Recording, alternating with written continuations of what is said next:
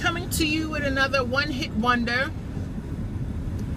I'll keep telling you about my failed websites or not successful as I had hoped websites till I run out. Not the first one. I'm not going to tell you about the first one yet. But the one that actually made me believe it was a possibility I can make full-time income online at some point was a website called apartmentsforrentinbrooklyn.com. Those words were hyphenated, so it's apartments-for-rent-in-brooklyn.com.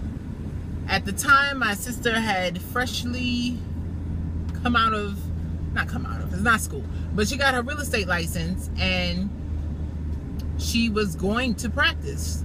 You know, in high school, she did the work study where she worked part-time with the school part-time, and she worked in a realtor office, and she saw how much money these people were making with no college degrees, just with, you know, contacts, putting it out there that you have a house for sale, you're willing to sell their house. If you're in the right place at the right time, most of those brokers were making money to live in Manhattan and no diplomas or degrees outside of, you know, high school. So she got her license and we were going to partner up.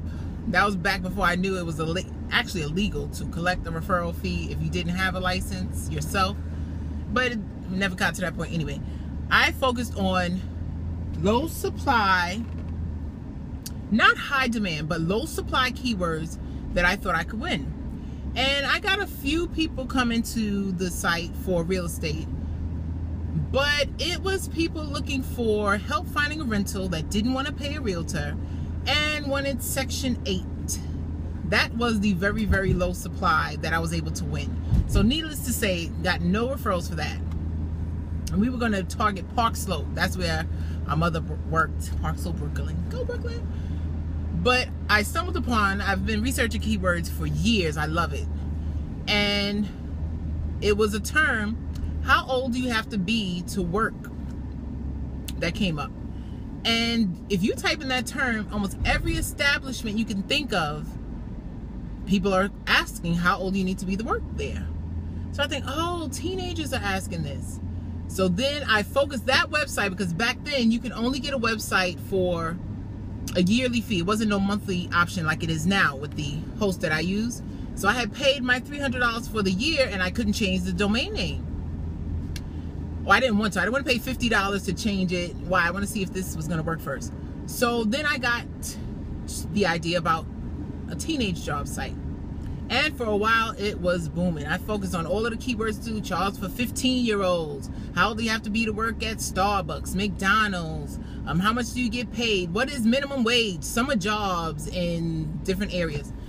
One summer, the month of June, Google AdSense, I grossed $2,000 and change, and you could not tell me anything. I was like, oh, this is it. I just got to work on this a little bit more, and I'm going to make full-time income. And what do you know, October of that year, Google's first slap on the back of the hand, and my traffic went from 500 to 600 visitors a day to 100 on a good day. And those 100 were not clicking. Teenagers love to click. I don't know if you have a teenage geared based site or idea in mind. They love to click. So that basically put me back at the drawing board. And it's not gone. I've transferred those pages to a new domain, and that's still the one that's making me my most income.